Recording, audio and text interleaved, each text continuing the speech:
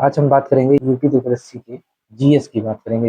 ये class home guard लेखपाल के जो अदर एग्जाम है उन सबके लिए जी जहाँ भी जीएस आता है। भारतीय अंतरिक्ष अनुसंधान केंद्र, सबसे पहले बात करते हैं इसरो की। इसरो की स्थापना हुई थी 15 अगस्त 1969 को। इसरो का फुल फॉर्म होता है इंडियन स्पेस रिसर्च ऑर्गेनाइजेशन। इसको हिंदी में हम कहते हैं भारतीय अंतरिक्ष अनुसंधान संगठन। इसका हेडक्वार्टर बेंगलुरु में है। इसके जो संस्थापक थे उनका नाम था विक्रम साराभाई।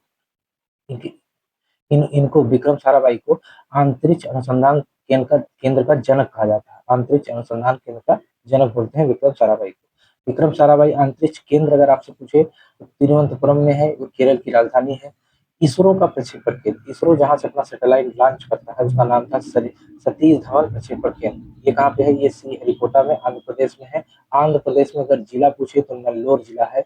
और इसका जो पुराना नाम था, श्रीहरिकोटा का पुराना नाम, सतीश धवन प्रक्षेपण केंद्र का पुराना नाम था श्रीहरिकोटा रेंज। इसको हम शॉर्ट फॉर्म में सार बोलते हैं। ये इसको हम शॉर्ट फॉर्म में क्या बोलते हैं? सार बोलते हैं। ठीक है। तो अगर पूछ ले कि सार का तात्पर्य किससे है, तो सतीश धवन प्रक्षेपण केंद्र से है। अब इसके द्वारा भारत का पहला संचार उपग्रह जो था एप्पल, 1981 में लॉन्च किया गया था फ्रेंच गुयाना से। ठीक है। भारत का पहला कृत्रिम उपग्रह, अगर संचार उपग्रह पूछेगा तो एप्पल, कृत्रिम उपग्रह पूछेगा तो आर्यभट्ट था। 19 अप्रैल 1975 को लॉन्च किया गया था यूएसएसआर के सहयोग से बैकानूर कजाकिस्तान, मतलब यूएसएसआर के सहयोग से बैकानूर से कजाकिस्तान में। कजाकिस्तान भी पहले यूएसएसआर का हिस्सा था, जिसको रसिया बोला जाता है।